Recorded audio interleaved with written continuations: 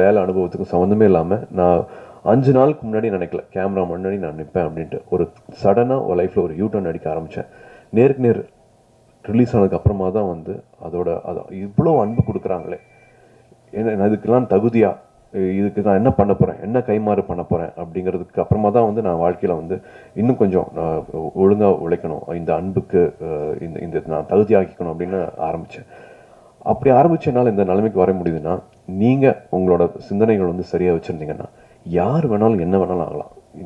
என்னோட ஒன்றுமே இல்லாத நான் வந்து இந்த இடத்துலையும் இந்த மாதிரி ஒரு அன்பு கிடைக்கிற நிலைமைக்கு வந்து என்னால் வர முடிஞ்சிருக்கு அப்படின்னா, இது 17 வயசில் வந்து இவ்வளோ சிரமங்களுக்கு தாண்டிட்டு நீங்கள் அடைஞ்சிருக்கிற இந்த இடம், நீங்கள் செஞ்சுருக்கிற இந்த சாதனை, இந்த மார்க்ஸு, இது எல்லாமே பண்ணக்கூடிய அந்த வீரியம், அந்த தைரியம், அந்த பவர் இருக்குன்னா, நீங்கள் தொடக்கூடிய எல்லைகள் வந்து நீங்கள் தான் அந்த எல்லையை வந்து நீங்கள் தான் முடிவு பண்ணணும். எங்கே வேணாலும் போகலாம், எது வேணாலும் பண்ணலாம், எதுவுமே தடை கிடையாது. இப்போ இருக்கிற சூழல், இப்போ இருக்கிற சின்ன சின்ன பிரச்சனைகள்லாம் வந்து 6 மாதம் கழிச்சு நீ அது ஒரு பிரச்சனையே இருக்காது.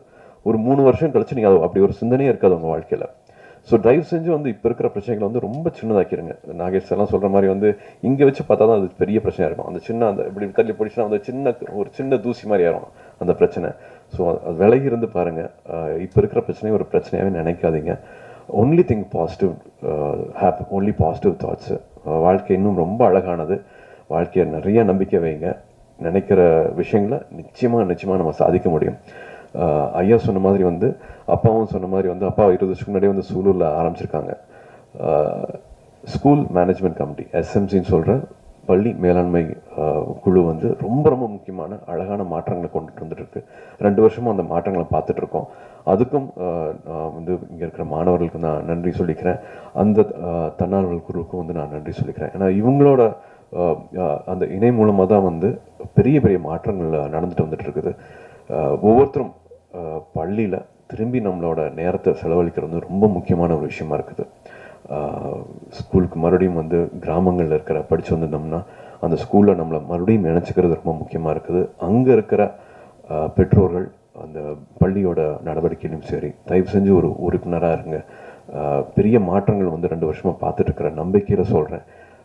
கல்விங்கிறது வந்து ஒரு ஆயுதம், கல்விங்கிறது ஒரு கேடயம். நம்ம இப்போ பார்த்த மாதிரி இவ்வளோ சேஞ்சஸ் பார்த்துட்ருக்கிற மாதிரி, மணிப்பூர்ந்து வந்துருக்கிற தங்கை சொல்கிற மாதிரி நம்ம ரொம்ப கொடுத்து வச்ச வாழ்க்கையை நம்ம இங்கே வாழ்ந்துட்டுருக்குறோம். கல்வி வந்து எல்லாருக்குமே கிடைக்கணும். அப்போ பேசுகிற மாதிரி இல்லாமல் இப்போவும் முதல் தலைமுறை மாணவர்கள் இருக்காங்க. இது சேரிட்டி கிடையாது, இது வந்து ரெஸ்பான்சிபிலிட்டி, இது நம்மளோட பொறுப்பு. அகரம் வந்து உங்களோடது. இது எப்பவும் தொடர்ந்து போகிறதுக்கு எல்லாரும் ஊர் கூடி தேர் எடுப்போம். எல்லாருக்கும் ரொம்ப ரொம்ப நன்றி. இந்த நேரம் கொடுத்ததுக்கு ரொம்ப ரொம்ப நன்றி. வணக்கம்.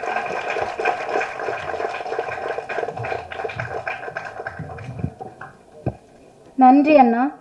விழாவின் இறுதியாக நன்றியுரையாற்ற அகரத்தின் இன்னாள் மாணவி எம்ஜிஆர் ஜானகி கலைக்கல்லூரியில் 3ஆம் ஆண்டு இளங்கலை தமிழ்